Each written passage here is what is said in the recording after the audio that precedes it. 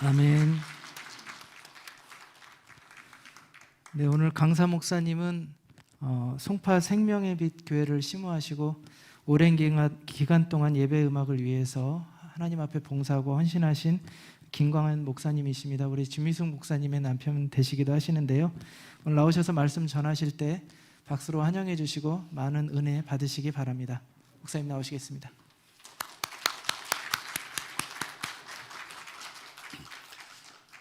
반갑습니다. 그리고 오늘 중창단 그리고 성가대 워십팀의 그 찬양을 우리가 함께 보았습니다. 함께 동참을 했는데 어느 큰 교회 못지않게 아주 훌륭하고 은혜스러운 찬양 정말 하나님께서 기뻐 받으셨을 거라 믿습니다. 감사합니다.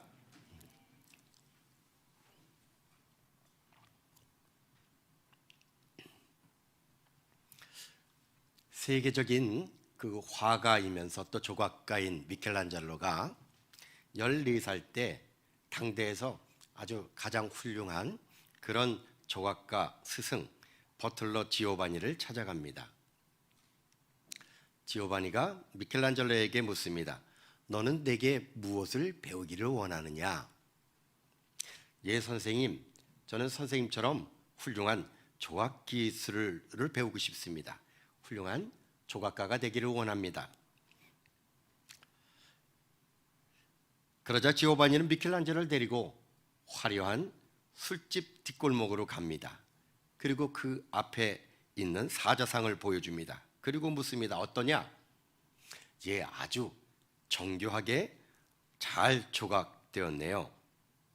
그리고 지오바니는 미켈란젤로를 데리고 성당 앞으로 갔습니다.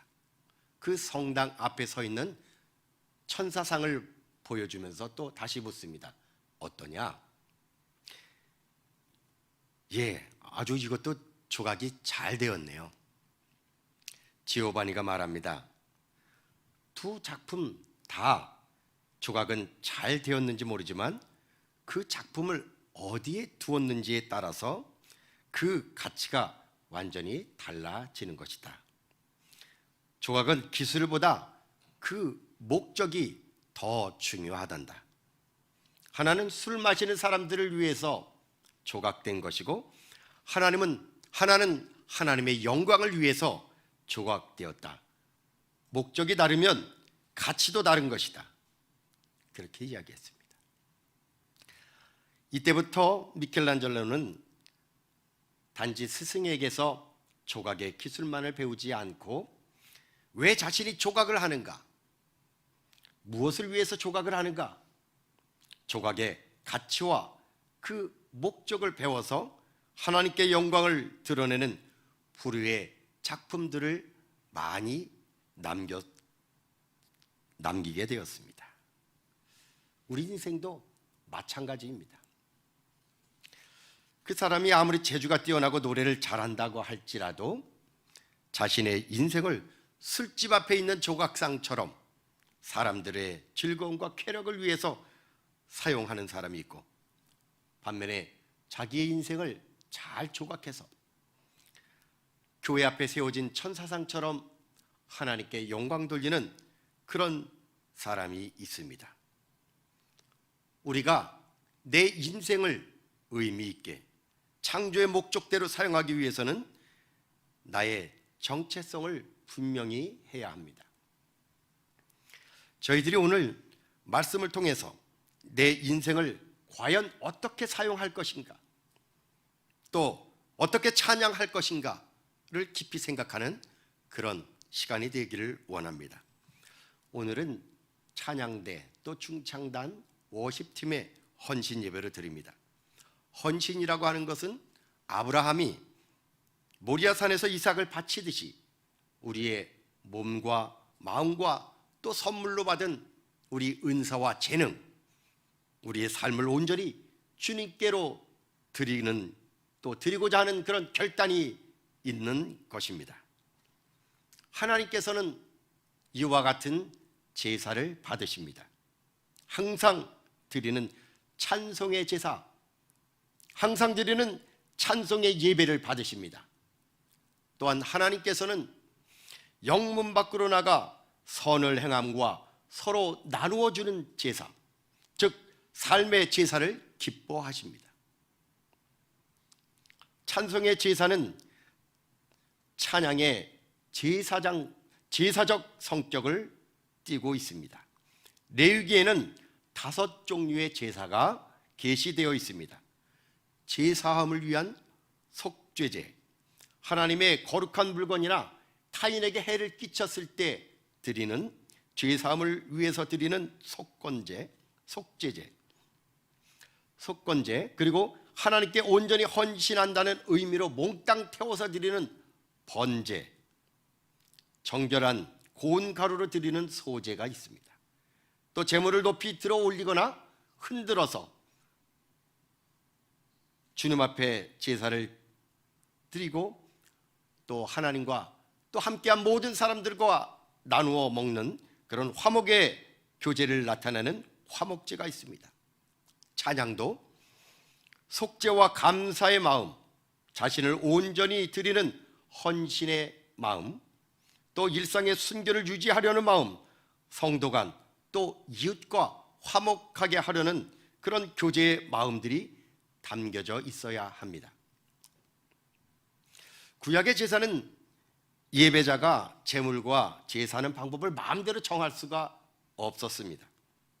철저하게 하나님께서 제시하는 그런 방법을 따랐습니다. 찬송이 제사의 성격을 가졌다면 찬송 역시 내가 느끼고 노래하고 싶은 대로 하는 것이 아니라 성경이 계시하고 가르치는 대로 해야 할 것입니다. 구약의 제사의 제물들은 일상생활에 사용되어지는 물건들과 엄격하게 구별되어졌습니다. 찬송의 제사도 제사의 성격이 있으므로 찬양의 곡조나 가사가 세속과는 구별되어야 마땅합니다.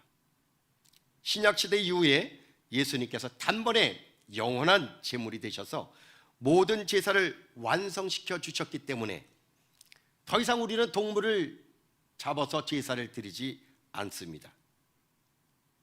이제는 우리의 몸과 시간 그리고 마음과 재능을 드리는 것입니다. 오늘 본문을 한번 살펴보고자 합니다. 헬라어는 특히 강조하는 그런 단어를 앞쪽에다가 두는 경향이 있습니다. 히브리서 13장 15절에는 그분을 통해서라는 헬라어 구절이 가장 앞에 위치해 있습니다. 여기에 그분은 12절에 자기 백성을 위해서 고난을 받으신 예수 그리스도를 가리키는데 우리말 성경에는 예수로 말미암아라고 하는 그렇게 의역을 했습니다. 예수 그리스도를 통하지 않고서는 아무도 하나님을 찬양할 수 없음을 어순을 통해서 자연스럽게 강조하고 있습니다. 예배가 오직 예수 그리스도로 말미암아 하나님께 받아들여지는 것처럼 찬양도 오직 그분 예수 그리스도를 통해서만 받아들여지게 되는 것입니다. 두 번째 나오는 단어는 우리가 드리자입니다.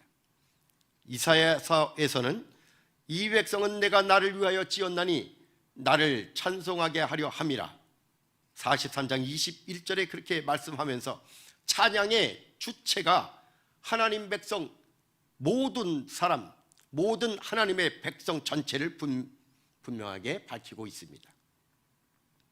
창조주께서 하나님을 찬양하도록 하기 위해서 하나님의 백성을 지었다면 찬양은 하나님의 백성의 존재 목적이자 의무입니다.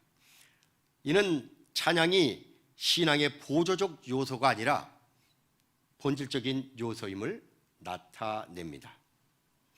이렇게 피조물 중에서 인간이 찬양에 합당한 유일한 존재로 선택된 것은 하나님 백성으로서 인간의 특권이며 의무입니다.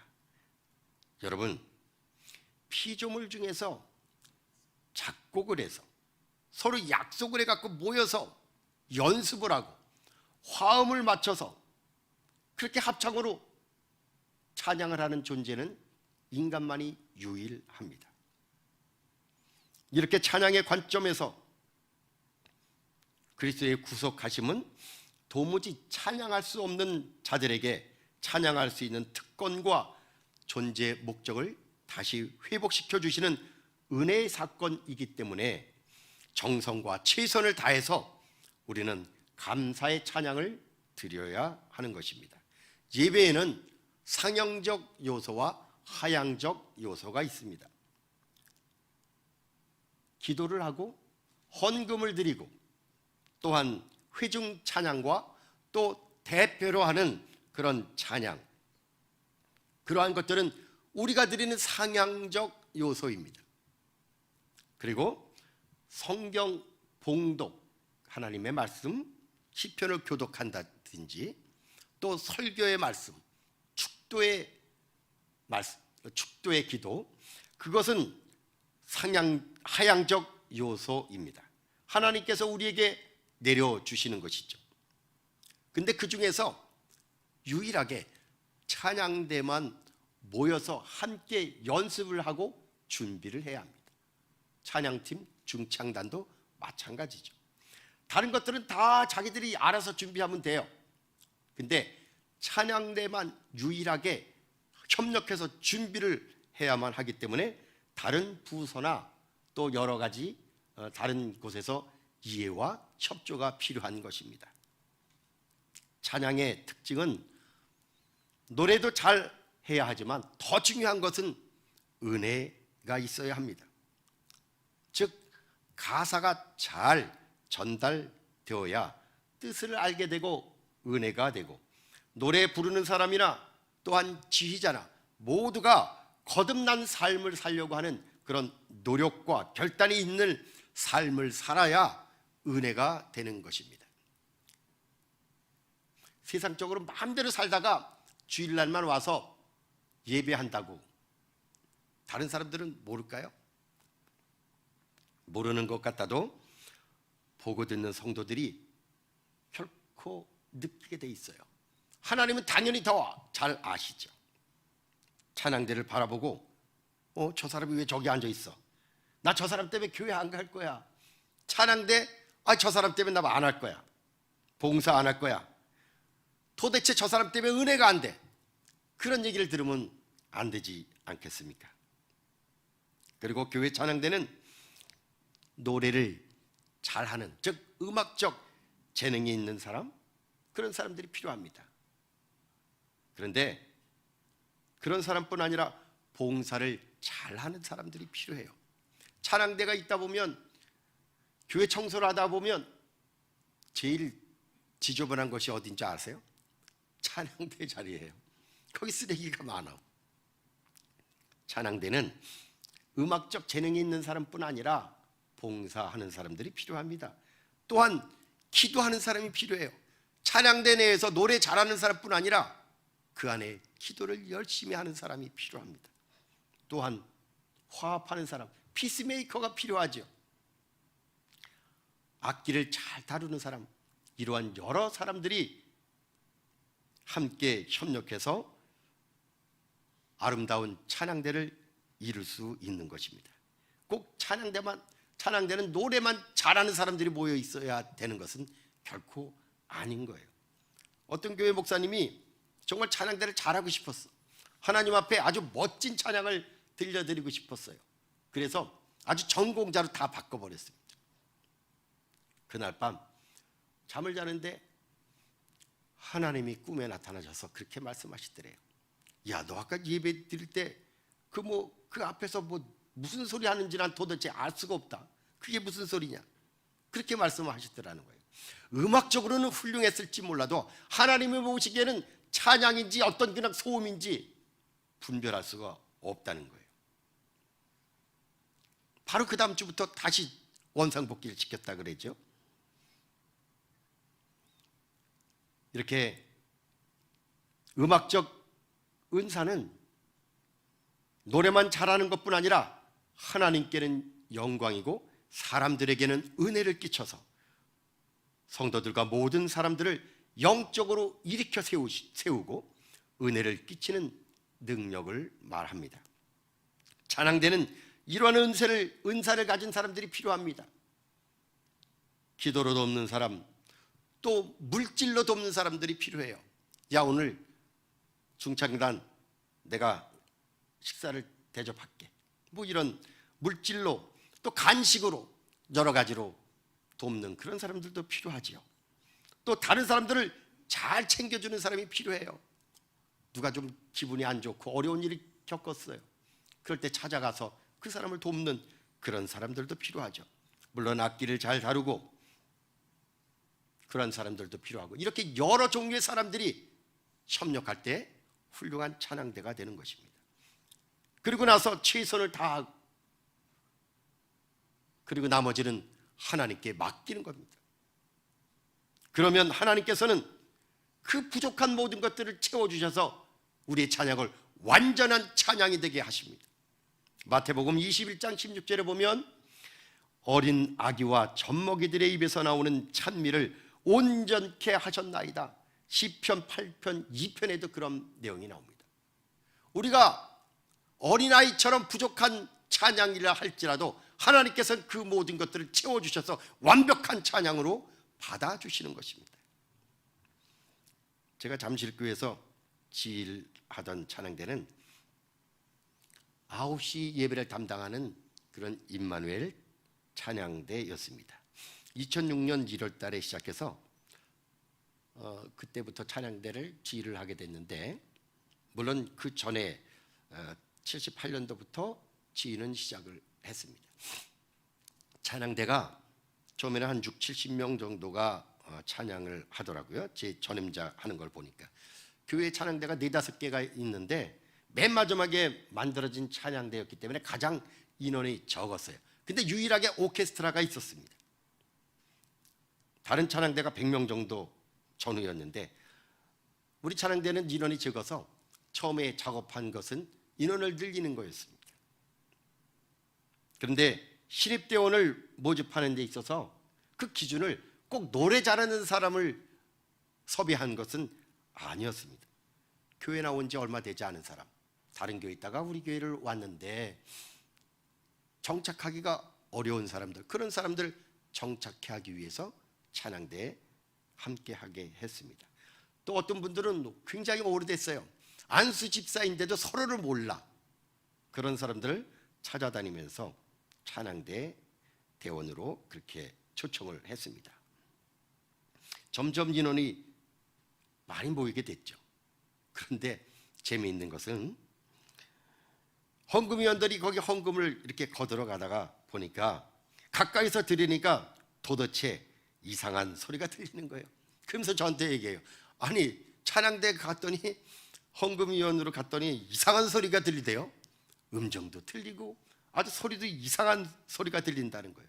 어떻게 저런 사람들이 찬양대를 할 수 있느냐 그렇게 물어보더라고요. 그래도 시간이 지나서 훈련이 되니까 점점 좋은 합창이 되었습니다. 몇 년 후에 찬양대원들이 한 120, 30명 되었고 오케스트라 대원도 한 20여 명이 되어서 함께 찬양을 하게 되었는데, 잠실교회 최초로 메시아의 핸델의 메시아 전곡을 2시간 동안 쉬지 않고 처음으로 전곡을 연주하는 그런 찬양대가 되었습니다. 그리고 잠실교회에서 제가 새벽 찬양대도 지휘를 했습니다. 약 40여 명, 어떨 때는 50명, 60명 가까이 그렇게 됐었는데 60명이 넘은 적도 있었고, 새벽 4시 반에 매일매일 모여서 4시 45분에 모여서 5시 반 새벽 기도회에 찬양대가 찬양을 했습니다.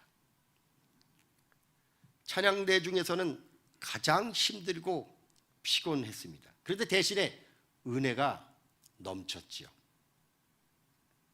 새벽 찬양대는 주일 찬양대에 비해서 인원도 적고 전석 솔리스트는 없었습니다. 그러나 각 찬양대에서 헌신된 사람들이 많이 오게 되었고, 그래서 오히려 다른 찬양대보다 더 은혜가 된다, 그런 얘기들을 많이 듣게 되었습니다.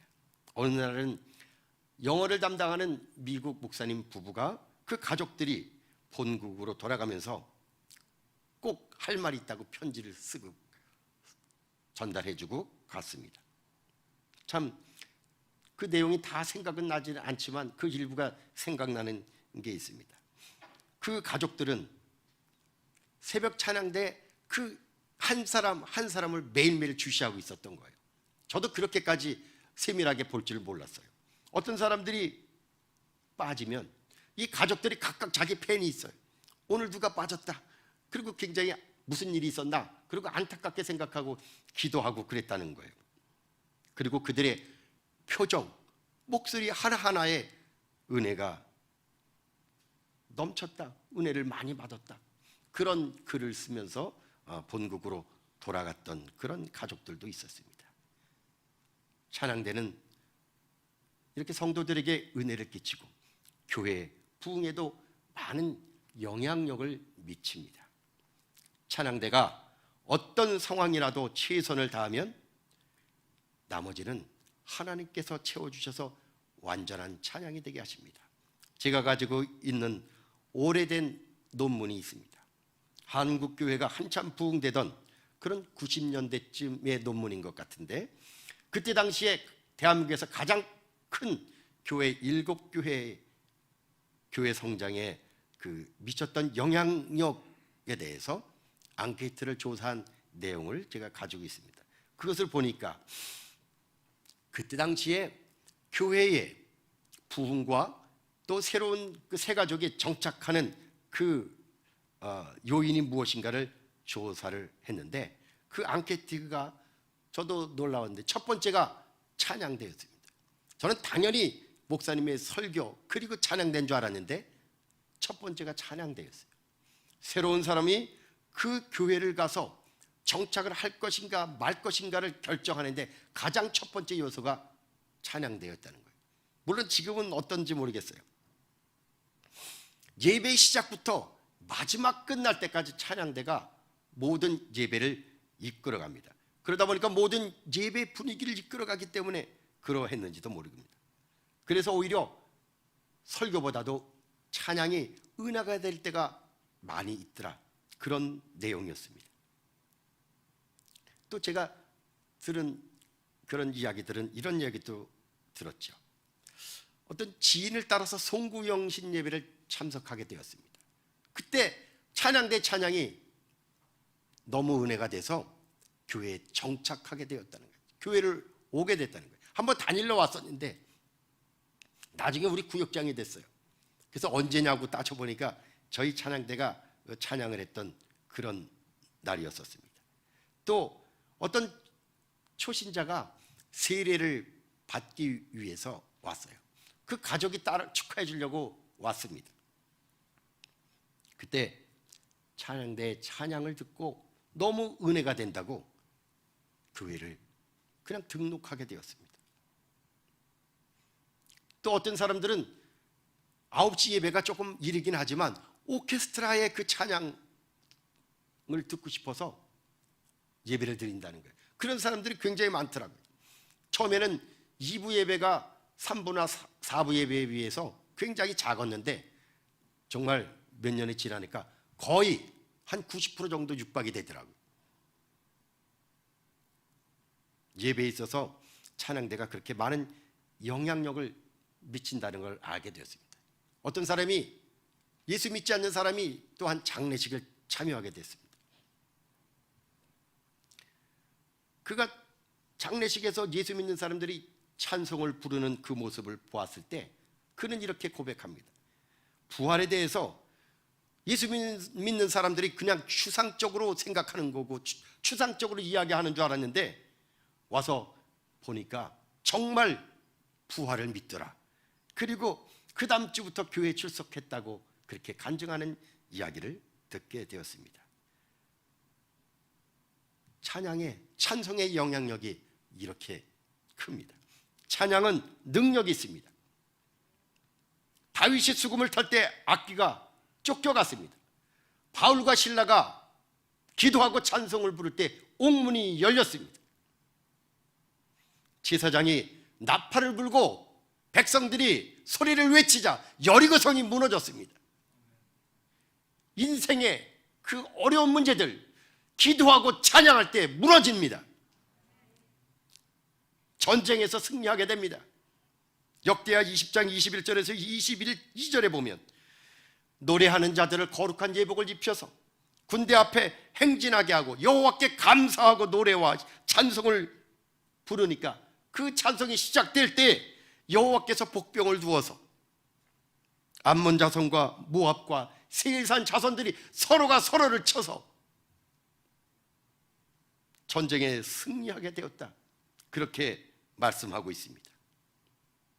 음악은, 노래는, 찬양은 사람들에게 많은 영향력을 미치고 용기도 줍니다. 우리가 영화 타이타닉호를 보면 맨 마지막에 그 배가 침몰할 때 그 연주하는 사람들이 용기를 내서 그 쓰러져가는 배에서 찬송가를 연주합니다. 함께 모여서 기도하고 찬송가를 연주할 때 듣는 사람들, 또 자기 자신들도 죽음 앞에서 용기를 낼 수 있는 것을 우리가 볼 수 있습니다. 또한 찬양할 때 하나님의 임재가 임하게 됩니다. 역대하 5장 12절에서 14절을 보면 솔로몬의 성전 봉헌식 때 나팔 부는 제사장이 120명, 그리고 레위 사람 아삽과 헤만과 여두둔과 그 자녀들과 형제들이 함께 악기를 연주하고 찬양할 때 하나님의 영이 그 속에 임하게 되었습니다. 그리고 찬송을 부를 때 부르는 사람들이 건강해집니다. 우리가 그 전에 한참 김의신 박사의 이야기를 많이 듣게 되었죠. 우리의 뇌에는 행복 물질이 분비된다고 하죠. 그렇게 되면 사람이 자존감이 높아지고 자신감이 생겨진다는 그런 행복 물질이 있습니다. 도파민과 세로토닌, 그런 신경 전달 물질입니다. 그런데 그것보다 더 강력한 물질이 있는데 그게 바로 엔돌핀이죠. 그것은 강력해갖고 진통과 항암 효과가 있습니다. 그런데 그것보다 4000배가 강한 것이 바로 다이돌핀이잖아요. 근데 그 다이돌핀이 언제 나옵니까? 감사의 마음, 우리가 기도를 열심히 할 때 뿐만 아니라 찬송을 부를 때 그 다이돌핀이, 엔돌핀보다 4000배가 강한 그 다이돌핀이 우리에게 생성된다고 하잖아요. 암세포를 잡아먹는 NK 물질, 즉 내추럴 킬러 세포가 성가대원들은 보통 사람들보다 150배가 더 많이 나온다고 합니다.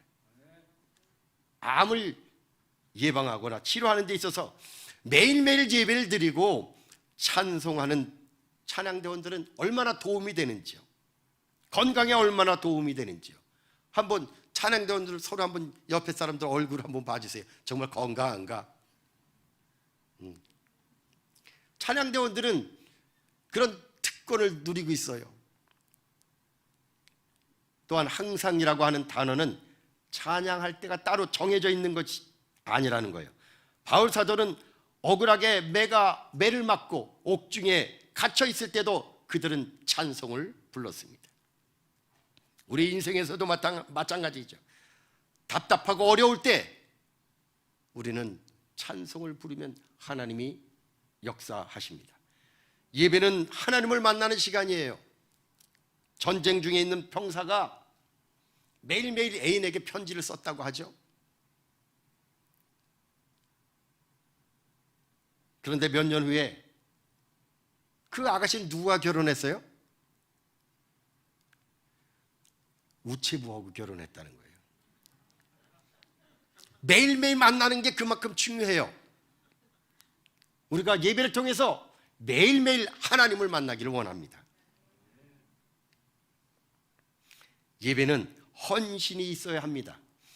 모리아산의 희생을 현재 우리는 할 수가 없지만 우리가 바쁜 가운데서도 예배를 드리고 찬양을 하는 그 시간, 그런 시간을 드리는 것, 그것이 우리가 모리아산에서 드렸던 그 제물이 되는 것입니다. 다음에 나중에 하지. 공동묘지에 가면 그 주변에 가면 들리는 소리가 있다 그러죠. 무슨 소리예요? 껄껄껄 그런 소리가 들린대요. 아, 그때 할 걸, 그때 예배 드릴 걸, 아, 그때 찬양대 할 걸, 아, 그때 교회 갈 걸. 지나가면 다시 기회가 없어요. 인생이 금방 지나가 버리기 때문에 그렇습니다. 지금 찬양하고 지금 예배해야 합니다. 찬양은 무엇보다도 더 중요한 것은 서두에서 말씀드린 대로 대상과 목적이 중요합니다. 아무리 좋은 내용이라 할지라도, 아무리 좋은 내용으로 노래한다 할지라도 하나님을 향한 것이 아니면 그것은 우상숭배가 되는 것입니다. 원숭이에게 주인이 낮잠을 자면서 파리를 쫓으라고 얘기를 했어요. 원숭이가 파리를 쫓으러 이리저리 다니는데 파리가 도대체 말을 잘 안 듣잖아요. 화가 났어요. 원숭이가 저거를 아주 어떻게 해야 되겠다, 그런 마음 먹고 자기 임무가 파리를 쫓는 거니까 돌을 들고 쫓아다니다가 어떻게 됐어요? 주인 머리에 앉아있는 파리를 잡기 위해서 돌로 주인 머리를 때렸다는 거예요. 목적이 바뀐 거죠. 주객이 전도된 거예요. 원숭이가 지금 해야 될 사명이 뭐예요?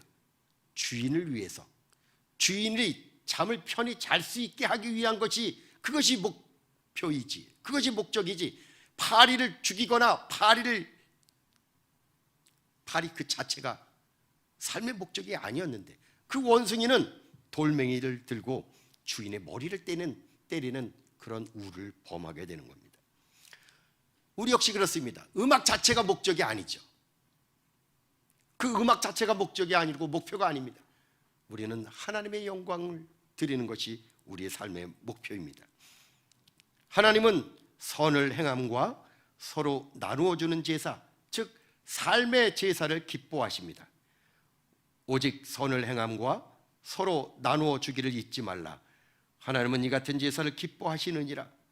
여기서 선을 행한다 하는 것, 이웃을 돌아보며 관심을 기울여주고 온정의 그런 손길을 펼치는 것, 나누어 준다는 건 무엇입니까?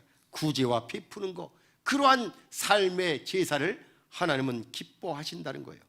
선행은 구원의 조건이 아니죠.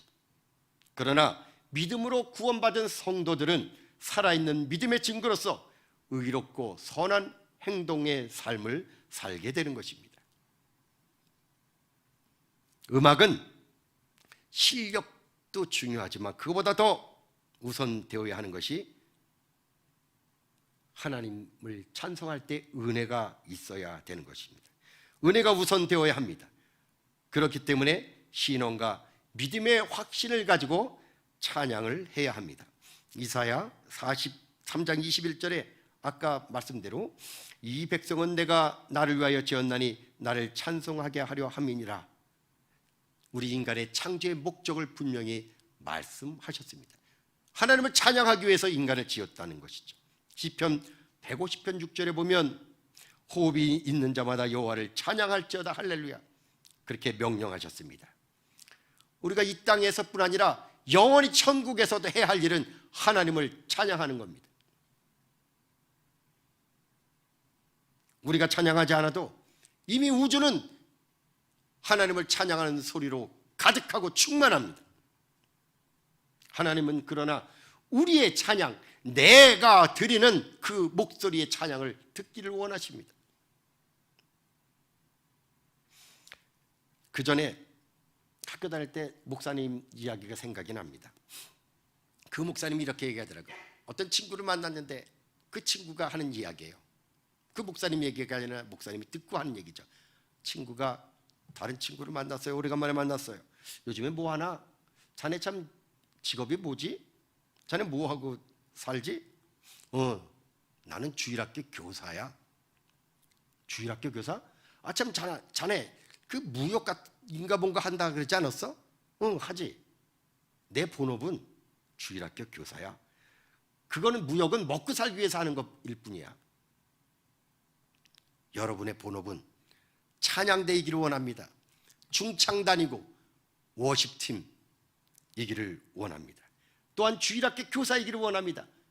여러분의 직업이 안수집사요, 장로이기를 원합니다. 또 다른 교수가 이렇게 얘기를 했습니다. 내가 일주일 중에서 많은 일들을 한다. 학교에 가서 교수 일도 하고. 그러나 나의 삶의 일주일의 삶의 정점은 주일 예배, 찬양대를 지휘하는 바로 그 시간이다. 예배하는 바로 그 시간이라는 거예요. 지금은 고인이 되었지만 연세대학교 최시원 교수가 그렇게 이야기를 했고, 또한 박신화 교수가 그렇게 이야기를 하더라고요. 성도 여러분, 우리도 일주일의 삶 속에서 예배를 드리고 찬양을 하는 그 시간이 가장 행복하고 내 삶에, 내 일주일 동안의 삶에, 또 평생의 삶 속에서 가장 정점이다, 그렇게 고백하는 저와 여러분이 되시기를 주의 이름으로 축원합니다. 함께 기도합니다. 찬양 받으시기에 합당하신 하나님 아버지, 오늘 귀한 말씀을 통해 다시금 항상 찬송의 제사를 드리기로 다짐하게 하시니 감사를 드립니다.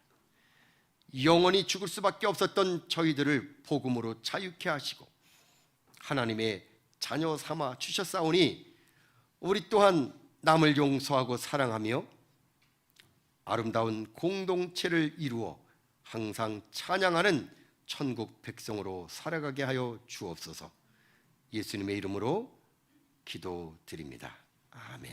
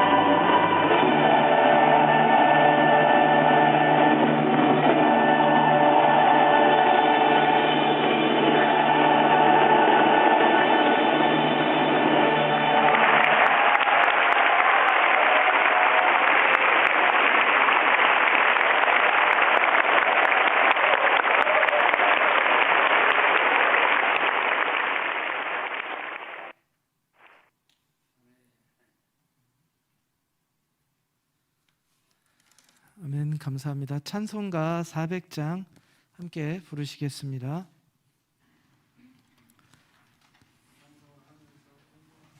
네, 찬송 400장 부르시면서 네, 함께 헌금하시기 전에 함께 그 말씀을 읽도록 하겠습니다. 민수기 6장 24절에서 26절 말씀인데요. 자막 가능하시면 띄워주시기 바랍니다.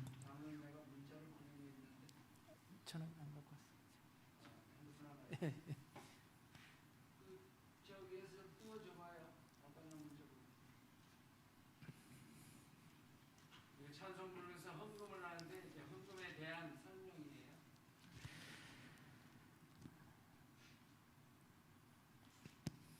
네, 제가 읽도록 하겠습니다. 제사장의 축복 그리고 바울의 축복의 말씀인데요. 제가 민수기 6장 24절에서 26절 말씀입니다. 읽도록 하겠습니다.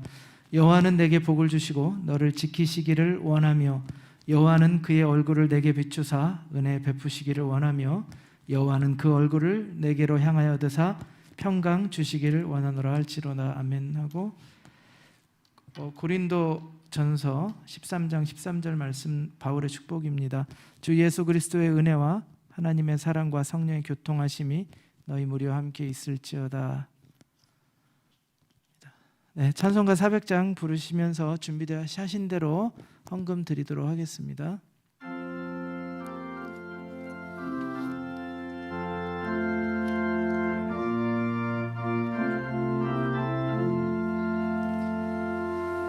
험한 시험물 속에서 나를 건져주시고 노한 풍랑 지나도록 나를 숨겨주소서. 주여 나를 돌보시사 고이 품어주시고 험한 풍파 지나도록 나를 숨겨주소서. 권세 능력 무한하사 모든 시험 이기고 풍랑까지 다스리는 주님 앞에 비오니 주여 나를 돌보시사 고이 품어주시고 험한 풍파 지나도록 나를 숨겨주소서. 사막길에 빠지니 뭐 캄캄한데 헤매며 부르짖는 나의 와 들으소서 내 주여. 주여 나를 돌보시사 고이 품어주시고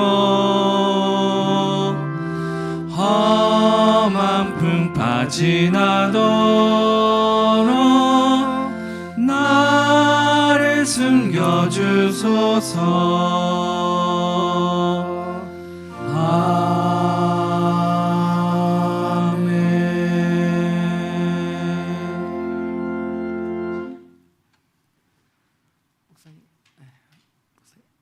네, 김광현 목사님 나오셔서 헌금위에서 기도해 주시겠습니다. 헌금 기도만. 아버지 하나님, 은혜와 사랑을 감사드립니다. 우리들에게 은혜를 베풀어 주셔서 우리가 일할 수 있도록 도와주신 은혜를 감사드립니다. 건강 허락하여 주시고 또한 직업을 허락해 주시고 이렇게 귀한 물질을 허락해 주셔서 주님 앞에 또한 물질을 드릴 수 있는 마음을 허락해 주신 거 감사합니다. 아버지 하나님께서 기쁘게 받아주시고 이 물질이 사용되어지는 것에 하나님의 은혜가 늘 함께하여 주시고 주의 복음이 함께 증거되어질 수 있도록 도와주시며 베푸는 손길을 위해 하나님 천배 만배 복으로 갚아주시고 건강의 복, 물질의 복, 자녀들이 잘 되는 복을 허락하여 주시옵소서. 또한 선한 목자 교회에 훌륭한 일꾼들이 다 되어질 수 있도록 하나님 은혜 베풀어 주시기를 예수님 이름으로 기도드립니다. 아멘.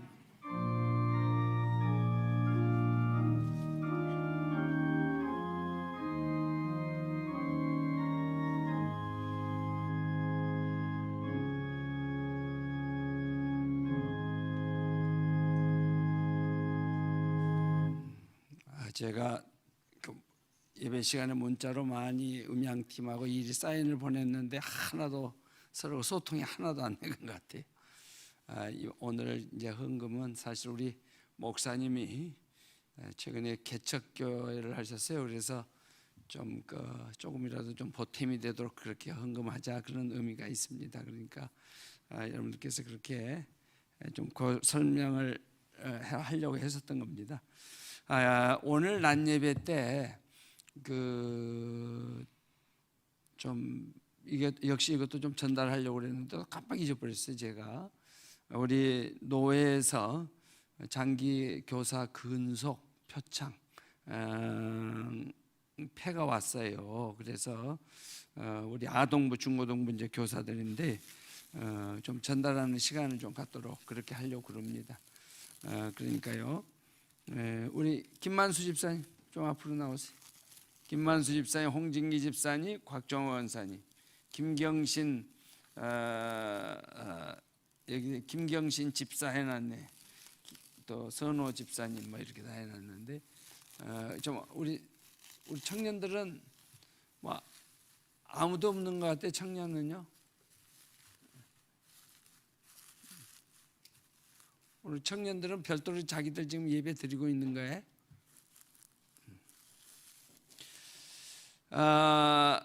좀 세 분요. 제가 읽어드리겠습니다. 교사 10년 근속패 선한 목자교 김만수 집사, 귀하는 하나님의 뜻을 따라 교회학교 아동부 교사로서 10년을 사랑과 헌신으로 봉사하시어 하나님께는 영광이요 모든 교사에게는 봉사의 본이 되셨기에 이 패를 드립니다. 그리고 맡은 자들에게 구할 것은 충성이니라. 고린도전서 4장 2절 말씀.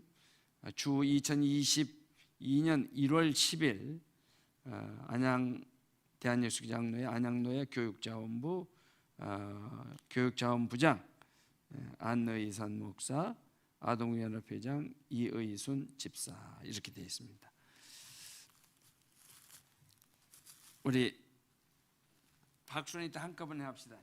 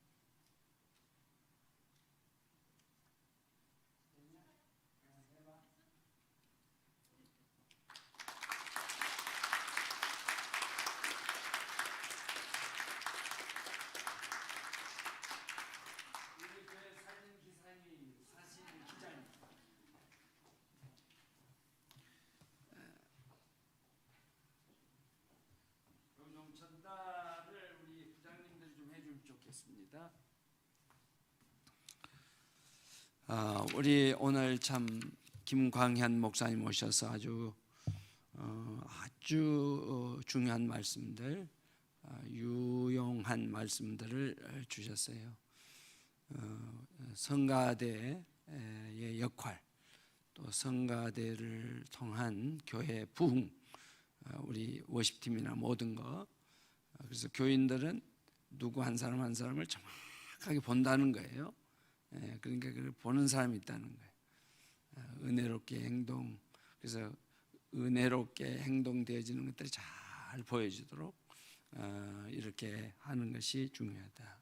그래서 교회를 이렇게 정착을 하는데 성가대의 역할이 그렇게 크다는 것입니다. 이번 오늘 코로나 팬데믹 상황이지만은 이런 기회에 우리 교회에 바로 성가대가 또 생겨지고, 아멘. 그리고 또 우리 교회도 잠실 교회처럼 새벽에 성가대 쓰는 교회가 굉장히 많습니다. 그래서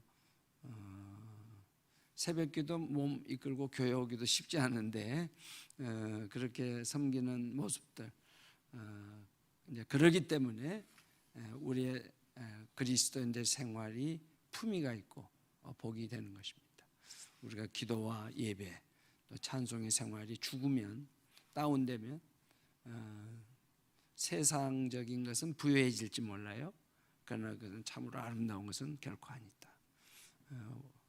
우리가 하나님께 부요하고 세상도 또 우리를 흠모하도록 그런 믿음의 생활들이 이루어져야 되겠다는 생각입니다. 오늘 우리 워십팀들이 찬양으로 또 하나님께 영광을 잘 올려드렸고, 또 우리 중창단들도 뭐 다 참여는 못했습니다만은 그럼에도 불구하고 많이 오셔서 어찌됐든 이런 때 하나님 앞에 영광을 올려드렸습니다. 우리 성가대 헌신 예배 참 오랜만에 한 것 같죠? 작년에 못했, 열흘 동안 못했죠?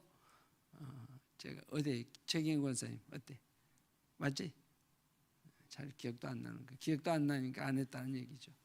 그래서 앞으로는 이렇게 좀 부흥의 역사가 있기를 바라요. 그래서 성가대원 구성원이라고 하는 것이 꼭 노래를 잘하는 분들만이 아니라 다 훈련받으면 잘 됩니다. 누가 처음부터 잘하는 게 아니고. 그래서 성가대에는 뭐 어디가 잘하고 못하고 그런 것이 없고요. 하나님께서 당신의 자녀들이 이렇게 좀 모든 게 부족해도 찬양하는 그 자체를 우리 주님이 기뻐하신다라고 하는 것을 우리가 꼭 기억하여야 하겠고요. 다시 한번 우리 김광현 목사님 또 생명의 빛 교회가 부흥하도록 우리 한번 크게 이렇게 박수를 한번 하도록 하겠습니다. 특별히 오늘 또 헌신 예배를 위해서 특별하게 찬양을 준비한 우리 성가대, 또 그 외에 우리 또 중창단, 또 우리 성가대가 하나 더 만들어지면 선의의 또 경쟁도 돼요. 선의의 경쟁도 되기 때문에 우리가 가능하면 일부 예배에 이 성가대가 좀 꼭 몇 명이 되더라도 이렇게 좀 됐으면 좋겠다, 그런 생각이 듭니다. 그리고 우리 사순절 새벽 기도회가 다다음 주 주일부터 진행이 될 것이고, 순서 담당자들은 유인물로 이렇게 또 알려드리도록 그렇게 하겠습니다. 그리고 우리 순예배, 그리고 우리 이제 기도의 제목들이 있습니다. 특별히 차기 대통령 선출에 있어서 하나님을 경배하는 자, 미래의 세대들에게 꿈을 주는 자, 그리고 남북이라고 하는 이런 통일을 화해로 평화롭게 준비하는 자, 이런 비전과 꿈이 좀 튼실해 보인다. 그런 분들이 대통령으로 선출될 수 있도록 여러분들 많이 기도해 주시기를 부탁을 드리고, 코로나 팬데믹 가운데서도 우리 성도님들의 기업을 위해서 기도해 주시고, 또 우리 프로미스랜드 유아원, 그리고 Jesus Christian School, 예수 기독 스쿨 학교에 많은 우리 어린이들이 들어와서 신앙의 꿈을 키우고 또 사회를 앞으로 이렇게 이끌어가는 가장 첫 출발의 그런 요람이 우리 선한 목자교회에 이런 대한 미래의 교육에 대한 교육을 하는 우리 교회가 되도록 여러분들이 기도해 주시고, 또 이렇게 또 재정적인 후원들도 필요합니다. 사실 지금 3층에 교실들을 좀 새롭게 정비를 하고, 그동안 또 고장이 좀 많이 났어요. 뭐 그 난방 밑에 전기 코일 같은 데서 그런 공사들을 지금 다 새롭게 좀 하고 있는 중입니다.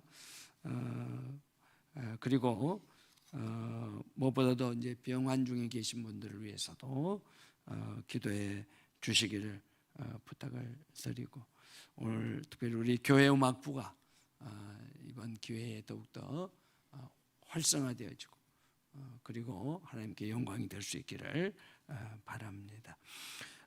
그러면 이제 우리 마지막 찬송 준비했습니다.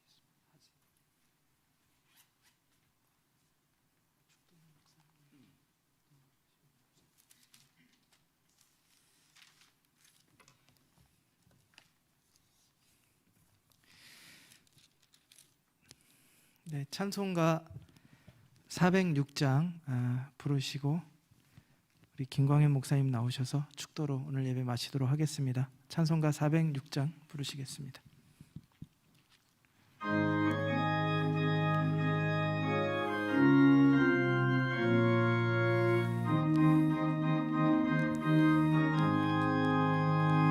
고난 내 영혼 편히 쉴 곳과 풍랑 일어도 안전한 폭유 폭풍까지 더 다스리시는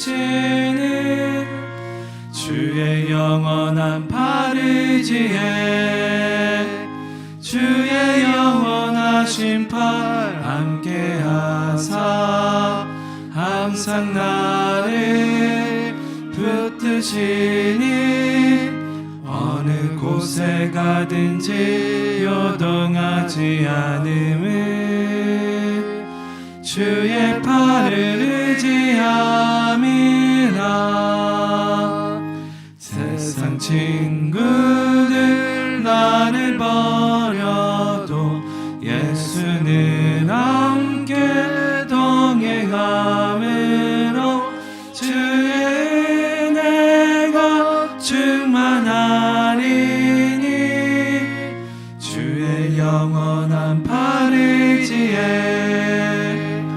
주의 영원하신 팔 함께하사 항상 나를 붙드시니 어느 곳에 가든지 요동하지 않음을 주의 팔을 의지함이라.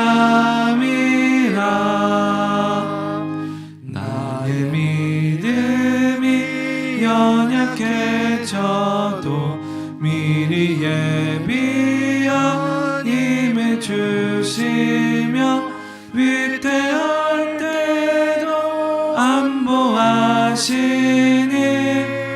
주의 영원한 팔의지에 주의 영원하신 팔 함께하사 항상 나를 붙드시니 어느 곳에 가든지 요동하지 않음을 주의 팔을 의지함이라. 능치 못한 것 주께 없으니 나의 인생을 주께 맡기며 나의 모든 짐 대신 지시니 주의 영원한 팔의지에 주의 영원하신 팔 함께하사 항상 나를 붙드시니 어느 곳에 가든지 요동하지 않음을 주의 팔을 의지함이라.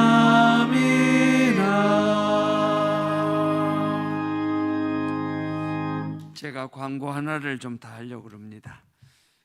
우리 코로나 팬데 이 오미크론이라든지 또 이런 지금 굉장히 급증하고 있는 그런 경우라서 주일 찬양 예배 또 우리 수요 예배 이제 새벽 기도만 우리 기도실에서 하고 그 외에는 우리 본당에서 예배를 드리도록 하겠습니다. 그러니까 그렇게 아시고 또 우리 예배실도 그렇게 좀 준비를 해주시면 감사하겠습니다. 우리 목사님 축도 한번 맞으십시오.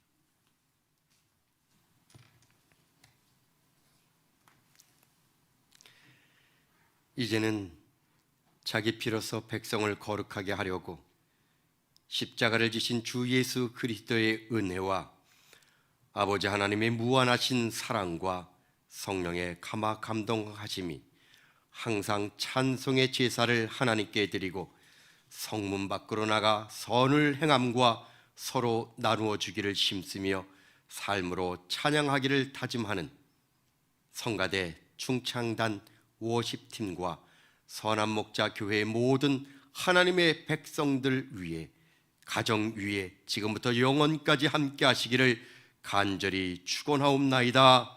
아멘.